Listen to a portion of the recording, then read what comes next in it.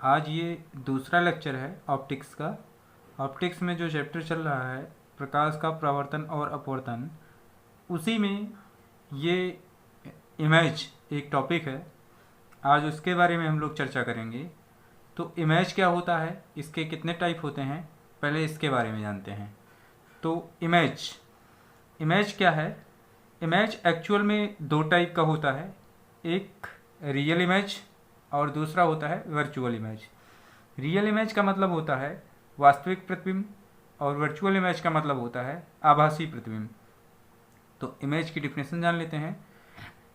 किसी वस्तु से चलने वाली प्रकाश की किरणें दर्पण से परावर्तन के पश्चात जिस बिंदु पर जाकर मिलती हैं अथवा उस बिंदु से आती हुई प्रतीत होती हैं, तो उस बिंदु को पहले बिंदु का प्रतिबिंब कहते हैं।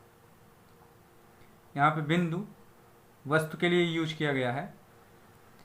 किसी वस्तु से चलने वाली प्रकाश की किरणें दर्पण से परावर्तन के पश्चात जिस बिंदु पर जाकर मिलती हैं अथवा उस बिंदु से आती हुई प्रतीत होती हैं, तो उस बिंदु को पहले बिंदु का वस्तु यानी कि बिंदु, यहाँ पे जो वर्ड यूज किया गया है ये वस्तु के लिए है, का प्रतिबिंब कहते हैं।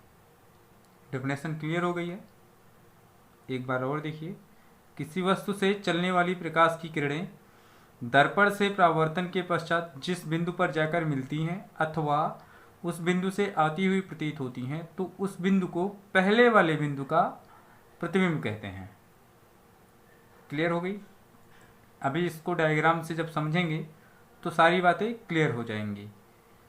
तो अब यहाँ पे क्या है, इनके टाइप में जो पहली टाइप है रियल इमेज, जिसे हम वास्तविक प्रतिबिंब कहते हैं, इसके बारे में भी जान लेते हैं। ये क्या होता है? जब किसी वस्तु से चलने वाली प्रकाश की किरणें परावर्तन के पश्चात किसी बिंदु पर वास्तव में मिलती हैं, तो उस बिंदु को पहले बिंदु का वास्तविक प्रतिबिंब कहते हैं। और इसकी क्वालिटी ये होती है कि यह प्रतिबिंब सदैव उल्टा होता है और इसे पर्दे पर प्राप्त किया जा सकता है। ये वास्तविक प्रतिबिंब की परिभाषा है। और वर्चुअल इमेज भी इसी के साथ साथ देख लेते हैं। वर्चुअल इमेज क्या है? वर्चुअल इमेज मतलब आभासी प्रतिबिंब। इसकी भी परिभाषा देख लेते हैं। जब किसी बिंदु से चलने वाली प्रकाश की किरणें परावर्तन के पश्चात किसी बिंदु से आती हुई प्रतीत होती हैं, तो इस बिंदु को पहले बिंदु का आभासी प्रतिबिंब कहते हैं। यह सदैव सीधा होता है, इसे पर्दे पर प्राप्त नहीं किया जा सकता है। ये बात क्लियर हुई? फिर से एक बार आभासी प्रतिबिंब के बारे में बात करते हैं। जब किसी बिंदु से चलने वाली प्रकाश की किरणें परावर्तन के पश्चात किसी बिंदु से आती हुई प्रतीत होती हैं, तो इस बिंदु को पहले बिंदु का आभासी प्रतिबिंब कहते हैं। यह सदैव सीधा होता है, इसे पर्दे पर प्राप्त नहीं किया जा सकता है। चलिए अब इस इमेज को डायग्राम से समझते हैं। मान लेते हैं कि कोई दर्पण है। यहाँ पे मैं एक दर्पण बनाता हूँ। सपोज करिए कि ये एक अवतल दर्पण है और इसके सामने इससे कुछ दूरी पर एक वस्तु रखी गई है यहाँ पर। तो यहाँ से चलने वाली प्रकाश की किरणें जब इसके झुके हुए पृष्ठ से टकराएंगी, तो ये कुछ इस तरह से रिफ्लेक्ट हो जाएंगी उस मिरर से। ये इसका पोल है। और जब दूसरी किरण यहाँ से जाएगी, सपोज करिए यही इसका फोकस था, तो यहाँ से कुछ इस तरह से जाएगी। तो इसका ये एज एग्जाम्पल केवल मैं बता रहा हूँ। इसका एक इमेज यहाँ पे बनेगा। ये आपको बस एग्जाम्पल से ही बताना है। तो यहाँ पे क्या हुआ कि इसका एक इमेज बना। एक्चुअल में ये डायग्राम जब प्रोटेक्टर की सहायता से बनाया जाता तो कुछ दूसरे टाइप में बनता। ये मैं एक एग्जाम्पल केवल बता रहा हूँ। यहाँ पे कोई इंडेक्स मैं नहीं दे रहा हूँ कि क्या सी है क्या एफ है। तो अगर ये ऑब्जेक्ट हमारी ए बी थी, तो इसका एक इमेज भी बना, ए डैश बी डैश। ये कैसा इमेज है? ये रियल इमेज है। यहाँ पे अगर कोई स्क्रीन लगी होती इसी पॉइंट पे तो इस इमेज को फाइंड किया जा सकता है स्क्रीन पे आसानी से। तो ये हमारा क्या हुआ कि परावर्तन के पश्चात देखिए यहाँ पे क्या हुआ है कि यहाँ से प्रकाश की किरणें चली हैं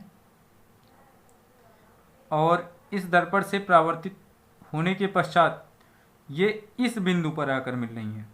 तो इसी बिंदु पर यहाँ पर एक इमेज हमको फाइंड हो जाएगा जो इस बिंदु का अर्थात इस वस्तु का प्रतिबिंब होगा।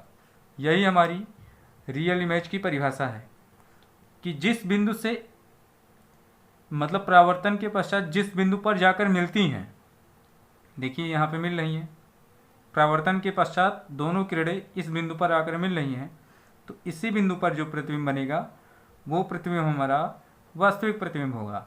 ये कैसा होता है? उल्टा होता है। और क्या होता है? सदैव उल्टा होगा।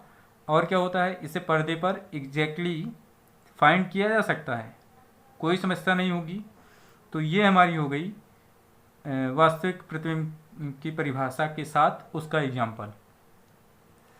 और अगर अब हम आभासी प्रतिबिंब की बात करें, जिसे हम वर्चुअल इमेज बोलते हैं, तो यहाँ पे आप कंसीडर करिए, बहुत इजली आपको ये बातें समझ में आएंगी। 10th की क्लास में यानी कि प्रीवियस बोर्ड के एग्ज़ाम में आपने इसके बारे में, जो आपने प्रीवियस बोर्ड का एग्ज़ाम दिया था यानी कि 10th का, उसमें हो सकता है कि इस टाइप के क्वेश्चन भी रहे हों कि हमारा एक उत्तल दर्पण है और यहाँ पे मान लेते हैं कि कोई एक ऑब्जेक्ट कुछ इस तरह से है।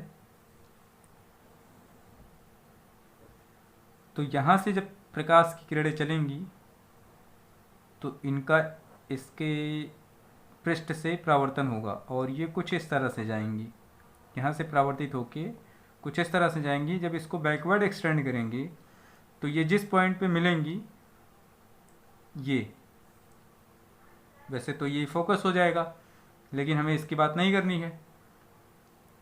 हमें तो बस समझना है कि आभासी प्रतिबिंब होता क्या है।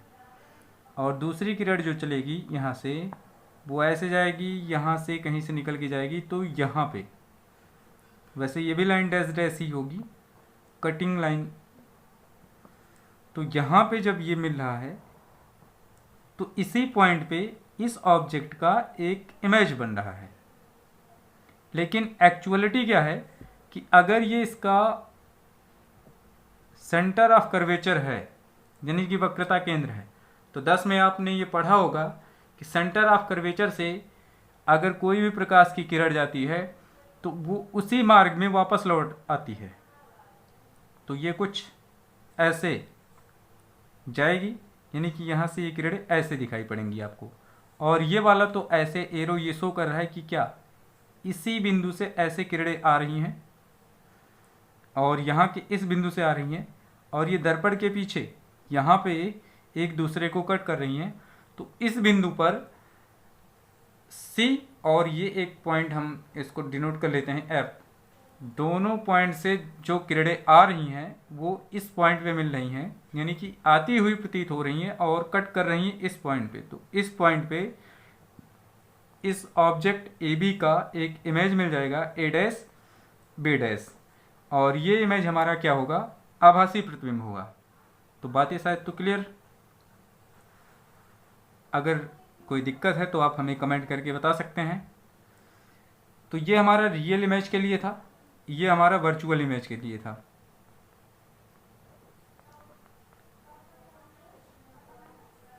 बाकी आगे जब मिरर हम पढ़ेंगे तो शायद यही सब केसें हमको आगे मिलनी है और इमेज के बारे में ही सारी चीज़ें वहाँ पे होंगी।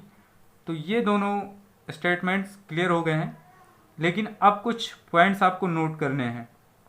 इस नोट में आपको क्या याद रखना है कि अगर यहाँ पे ये तो स्फेरिकल मिरर है, लेकिन अगर हम एक प्लेन मिरर ले लें, प्लेन मिरर यानी कि जो दर्पण आपके घर में होता है उस टाइप का इमेज, यानी कि प्लेन मिरर। प्लेन मिरर के लिए अगर हम इमेज की बात करें कि प्लेन मिरर से कैसा इमेज बनता है, तो आप थोड़ा सा सोचिए कि प्लेन मिरर का मतलब, आप जब घर में रखे हुए शीशे के सामने खड़े होते हैं तो जैसे ही आप खड़े होते हैं एग्जैक्टली वैसे ही आपका इमेज उसमें दिखाई पड़ता है।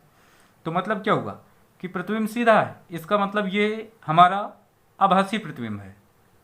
और आभासी प्रतिबिंब हमेशा कहाँ मिलेगा आपको?